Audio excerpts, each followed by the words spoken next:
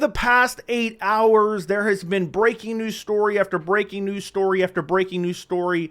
I'm going to sum them all up in one video. I will put timestamps down in the description. But essentially, we're going to look at some UFC 303 updates. Is Conor McGregor versus Michael Chandler on? Is it canceled? What's going on?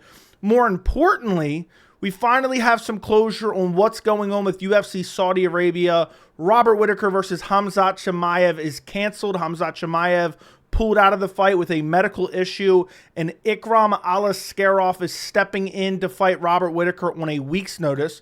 We also have more UFC 303 trouble. Jamahal Hill versus Carlos Ulberg, which was the co-main event, appears to be off.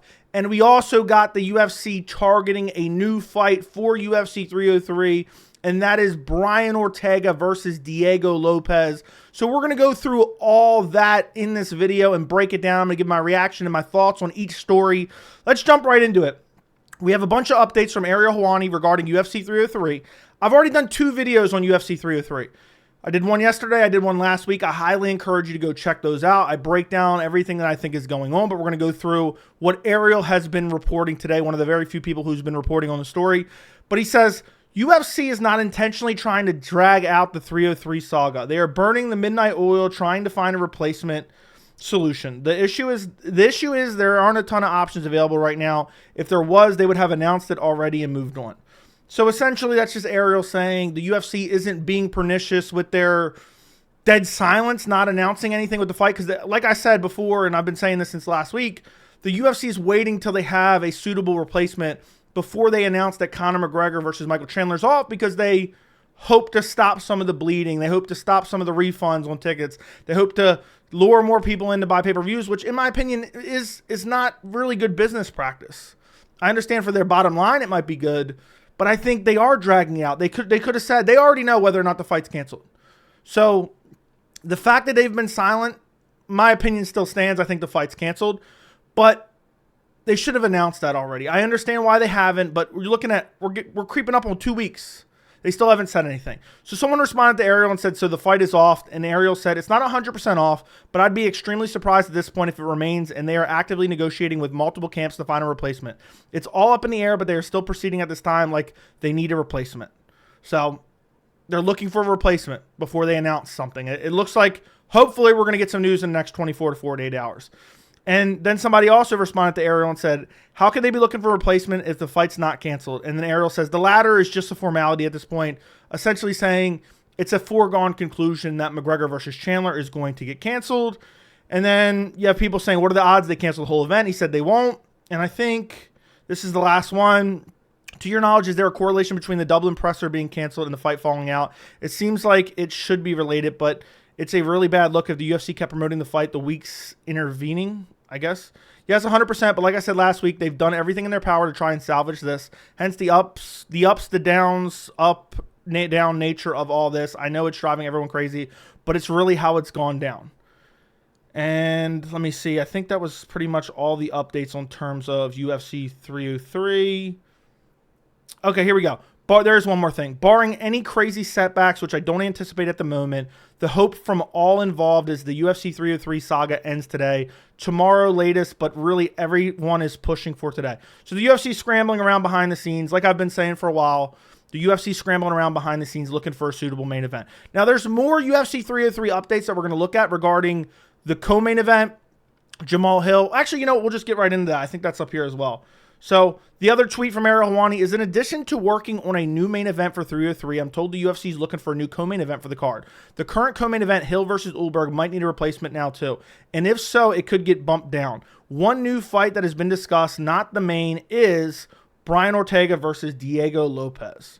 So there's some news. It's looking like Jamahal Hill versus Carlos Ulberg is going to be canceled, or there's going to be a replacement, and therefore the fight's going to get bumped down. Now, what that tells me, and there's been a little bit of rumors of this, if it's getting bumped down, that means Hill's probably the person getting replaced. If Hill's still in there, if they find someone to step in and fight Hill, then most likely I just see that as they're going to keep that as the co-main event, regardless who they find. It was originally Hill versus Khalil Roundtree co-main event. Then they got Ulberg. But if Hill pulls out, Ulberg versus who? It's going to be tough to be like, hey, you want to step in and fight, Carlos Ulberg, a really tough up-and-coming guy. You want to fight him on short notice? It's going to be tough. And then it's not going to be co-main event worthy. And if McGregor versus Chandler's off, this card is in complete shambles. It's in complete shambles, and now you're losing the co-main event. But that's what it's looking like. I don't know if Jamahal Hill is... I don't know. I don't know if he's injured. I don't know if he's having legal troubles. Who knows? Maybe his brother exacted revenge after being assaulted allegedly over Thanksgiving dinner for not cleaning his house well enough. But we really don't know. I'm going to cover some of these things as soon as we get like confirmation on everything UFC 303. Hopefully later tonight I will do an updated video on it. But initial thoughts on that, I'm bummed.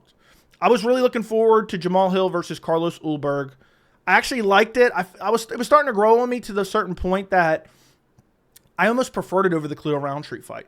I didn't like that Jamahal Hill was returning on such short notice. Not short notice, but having such a quick turnaround after getting brutally KO'd and memed by Alex Pereira. And I felt like he was in a bad spot.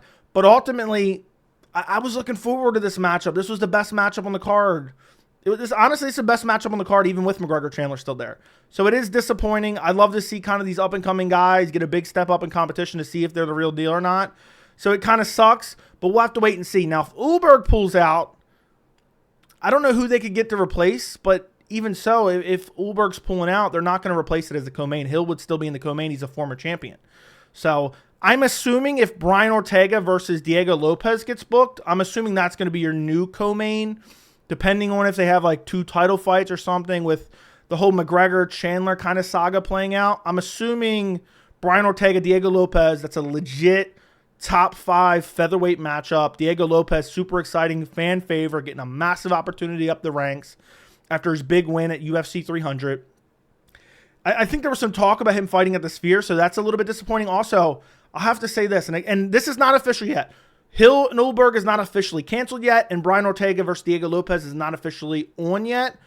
But I do hate important fights at the top of a division made on short notice. For me, no matter what fight it is, even if I can get a little bit excited for the unknown, it's still ultimately just disappointing for me. But Brian Ortega versus Diego Lopes is a fight that I've wanted for a while. I wanted that before the Sadiq Youssef fight. I wanted to see the UFC propel Diego Lopes up the ranks and let him fight Brian Ortega for a while. I love the stylistic matchup. Both guys have amazing jiu-jitsu. But Diego Lopes, nasty finishing power on the feet as well. I think that's a banger fight to add to UFC 303. I will cover all that in my updated 303 video later tonight or tomorrow, but I wanted to cover it in this video as well. Now, the next thing we're going to talk about, we have Dana White announcing that Khamzat Chimaev is out. Ikram Aliskerov is in. UFC Saudi Arabia will now be headlined by Robert Whittaker versus Ikram Aliskerov. We're going to take a look at his announcement real quick because there's some key details in here that we did not know. We knew Khamzat Chimaev has been out basically since early morning, and now we get official confirmation from Dana White what was going on, even though we got official confirmation from one of Khamzat Chimaev's like coach, teammates, whatever, about an hour or two ago. But let's listen to what Dana White has to say. What's up, everybody? So, a little news here. Unfortunately, Khamzat Chimaev is out of the fight next weekend in Saudi Arabia violently, and I mean violently ill. Violently ill. He's in the hospital right now. There was a screenshot posted by his coach, manager, teammate, somebody along those lines, showing him in a hospital bed. I'm going to be honest, boys. I know people say, Joe, you're wishing for McGregor Chandler to get canceled. And to be honest, I don't give a rat's ass about McGregor versus Chandler. Don't care if it's on, don't care if it's canceled. I'm just covering it because it is a big topic and everyone's wondering what's going on. And there's not a lot of people willing to give their analysis of it and kind of, give a definitive opinion per se. I don't care about that fight. I am devastated. Absolutely devastated. Kick in the gut, kick in the nuts, Victor Henry style. That Khamzat Chimaev, Robert Whittaker's off. That's a fight that I was dying to see. It really does suck. It really does suck. And it really is unfortunate.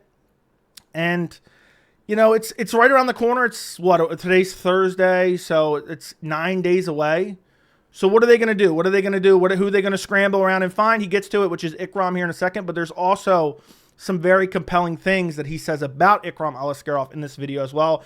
And also kind of gives a well wish to Khamzat Chimaev at the end here. So he's going back home, and hopefully he gets well soon. The replacement, Ikram Aliskerov. Who is Ikram Aliskerov? This guy is 15-1. His only loss in his 16-fight pro career is the Khamzat Chimaev. So this dude is a legit contender in only his third UFC fight. If he gets a knockout against Robert Whittaker, he'll go into a tie for the longest active UFC knockout streak. He's got 7 first-round finishes, 6 wins by knockout, 5 by submission. This guy has finished 11 of 15 wins, 73% finish rate. He's on a 7-fight win streak. We offered everybody in the division this fight. Nobody would take it except for Robert Whittaker. The main event is badass. This should be a great fight. And Khamzat, get well soon, my friend. So there you have it. I want you to re-listen to something that is very, very key. Listen to this at the end. We offered everybody in the division this fight. Nobody would take it except for Robert Whittaker. The main event is badass. This should be a great fight. And Khamzat, get well soon, my friend. They offered everyone in the division Ikram Aliskerov, and nobody would take it. Because at the end of the day, and I haven't fully gauged fan reaction. I've seen a little bit here and there. But there is people complaining, how could Ikram get this opportunity? How is it possible he's fighting Robert Whittaker? Ikram, is not ranked or whatever it may be. And he's getting number 3, Robert Whittaker. I think Robert Whittaker's currently number 3 in the UFC official rankings. They need somebody to headline that Saudi Arabia card. Without Khamzat Chimaev, they need someone to step in there. They need a big fight for Saudi Arabia. Saudi Arabia is paying them big money to bring this card here. They canceled the March card because the UFC couldn't deliver. The UFC needed to put something there. Ikram Aliskerov is the guy they decided to put in there. Now, there were some talks of maybe a Nasruddin Imavov fight. I think that would have been more in terms of what makes sense for the division. But what drives me nuts, and I've already seen a little bit of this, people are complaining Dagestani privilege. And I'm just so tired of hearing this because this is the opposite of Dagestani privilege. What I've come to the conclusion is when people scream, especially in a circumstance like this, Dagestani privilege, it means that you're scared a fighter from the Dagestan region may win a fight that they necessarily haven't earned yet. Because how is it a privilege? I would love to know. How is it a privilege on a week's notice, to step in and fight one of the top 5 guys in the world and a former champion in Robert Whittaker?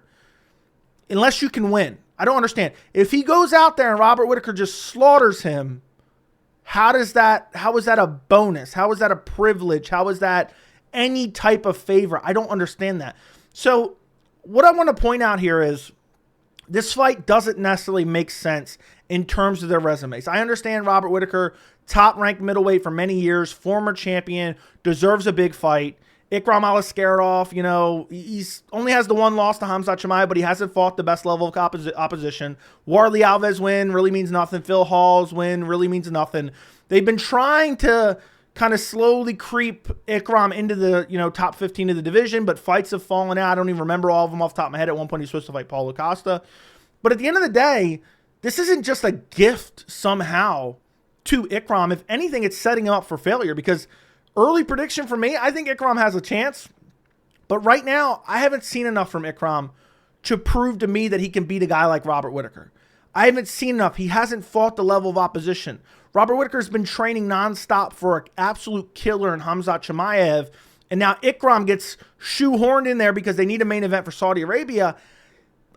Listen to Dricus du Plessis recently. This is your career. You don't want to take short notice fights. You don't want to take these, opportunities just for a big paycheck or a big opportunity. If you're scared, you might end up losing because you're not prepared for that opportunity.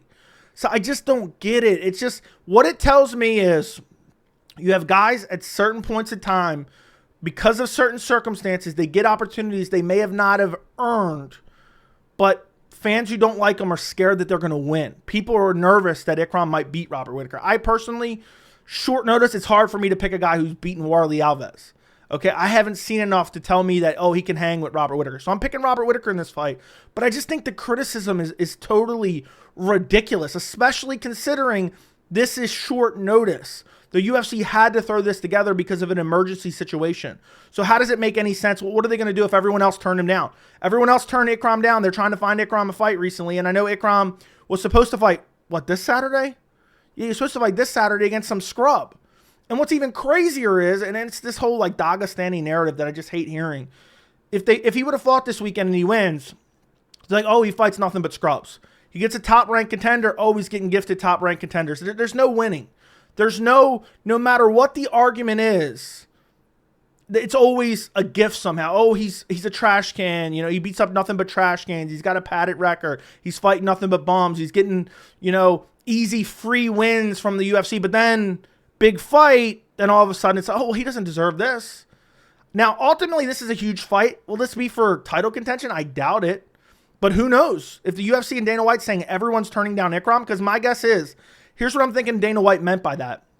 I think Dana White meant when Khamzat pulled out, they were looking to maybe put Ikram in as the main event because he appeals to that market, Dagestani, Muslim, from that region of the world, or not that region of the world in Saudi Arabia, but appeals to that market overall. And they were trying to find another top middleweight to fight him other than Robert Whittaker and maybe move Whittaker to fight Khamzat Chimaev somewhere else. And he says everyone else turned him down. So everyone else turned him down. What does that mean? I mean, let's actually real quickly. Let me pull up the UFC rankings real quick. Let me see if this actually pulls up the right way. But let's pull up the rankings real quick and take a look. Let's see who could have turned Ikram Aliskerov down. So obviously it's not Dricus. You could have Sean Strickland. They would have offered it to Sean Strickland. Sean Strickland's anywhere, anytime, usually. But he's, you know what? He probably was offered this fight because yesterday he was crying. He's sitting out for a title shot. Adesanya most likely fighting Dricus du Plessis. Robert Whittaker number 3. Nasruddin Imavov could have turned it down. He might have been available. But maybe he was offered Robert Whittaker is what I'm thinking. That's what I'm thinking. At least there was rumors of that. Jared Cannonier just lost. Marvin Vettori, maybe. I doubt it. Brendan Allen could have turned it down. Maybe Paulo Costa was offered the opportunity coming off a loss against Sean Strickland where he took no damage. Maybe Jack Hermanson. Either way, at this point, if everyone's turning him down, I don't mind him getting this opportunity. But I think it's not overall. I don't think it's great for his career overall because to jump up and fight a guy like Robert Whittaker on short notice, chances are, you may not win that fight. Now, he may surprise us all. He may pull it off. He's unranked. Yeah, I'm looking at the rankings right now. Hold on, can you see it all? Yeah. He's not even ranked right now. Chris Curtis is number 15. Anthony Hernandez, he's nowhere to be found on the rankings. But yeah, if everyone's turning him down, if no one wants to fight Ikram, I have no problem with him fighting number 3, Robert Whittaker. Now, if everyone's turning him down on short notice, I don't blame him. I wouldn't want to fight Ikram on short notice either. I wouldn't want to fight Robert Whittaker on short notice either. So I think at the end of the day, this was just a ditch effort to save Saudi Arabia because everything's up in flames at the UFC headquarters right now with UFC 303 and now this. I think everything's just falling apart. Now, ultimately, and we'll go look at my Twitter real quick. I'll show you the image that I posted earlier. This is the image of Khamzat Chimaev in the hospital right here, or the doctors, or whatever it may be. He says Khamzat Chimaev is violently ill. What's going on with Khamzat Chimaev's career, man? What's going on with his career? It seems like every single time there's a big opportunity, something happens. And for a little while, I was speculating maybe they're trying to pull him from Saudi Arabia and put him on 303 to save the event, maybe against Adesanya, maybe against Strickland. I was holding out hope for that. There were some signs that kind of led me in that direction. I wasn't confident in believing that. I tweeted out some speculation about it, but now he's violently ill. How long is he going to be out for? And he may have just fumbled a title shot. And this isn't the first time he fumbled a title shot. He had an easy layup for a welterweight title shot once he beat the dead carcass of Nate Diaz. Now he's sick again. Now we can't blame him. I know people are going to somehow blame him. And again, it's going to be one of those things. Oh, he's a pull-out merchant, this and that, and this and that. But it just seems like there's always something going on. And it's unfortunate. Violently ill. We knew when he had that, bout with COVID a while back, he talked about retirement. And now he's in the hospital pulling out of the biggest fight of his career against Robert Whittaker and a chance to earn a title shot. It sucks to see. It really does suck to see. What is Khamzat going to do? I mean, you think back on his career. He came in like an absolute, I don't even know what to say. Came in like a storm back in 2020?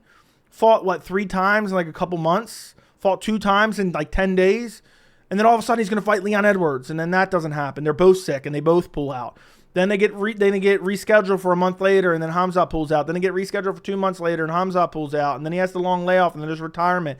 And now there's this. Now there's this.